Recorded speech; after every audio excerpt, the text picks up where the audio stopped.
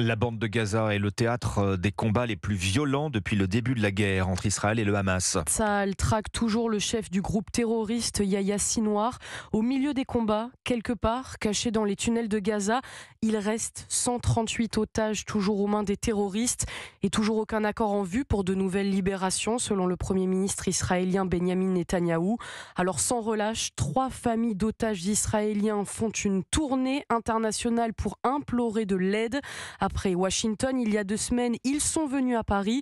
Caroline Baudry a pu les rencontrer pour Europe 1. Je ne peux pas m'asseoir, je ne peux pas m'effondrer, répète Yanit Ashkenazi. Alors 3 heures à peine après son atterrissage à Paris, la jeune femme implore de l'aide pour libérer Doron, 30 ans. Je ne sais pas si ma petite sœur est vivante, je ne sais pas s'ils ont violé ma petite sœur. Cela fait 2 mois que l'on entend, on vous comprend.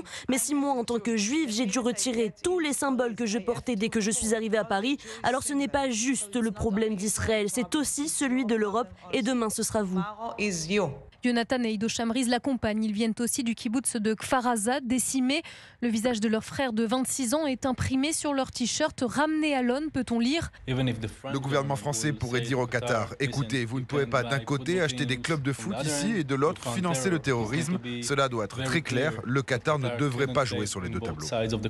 Ces familles démunies, anéanties, racontent tenter seule la voie diplomatique, misée sur l'influence de la France et de l'Europe pour faire pression sur le Hamas. Caroline Baudry pour Europe 1 et à noter que le président américain Joe Biden a rappelé une nouvelle fois à Benjamin Netanyahou la nécessité de protéger les civils palestiniens.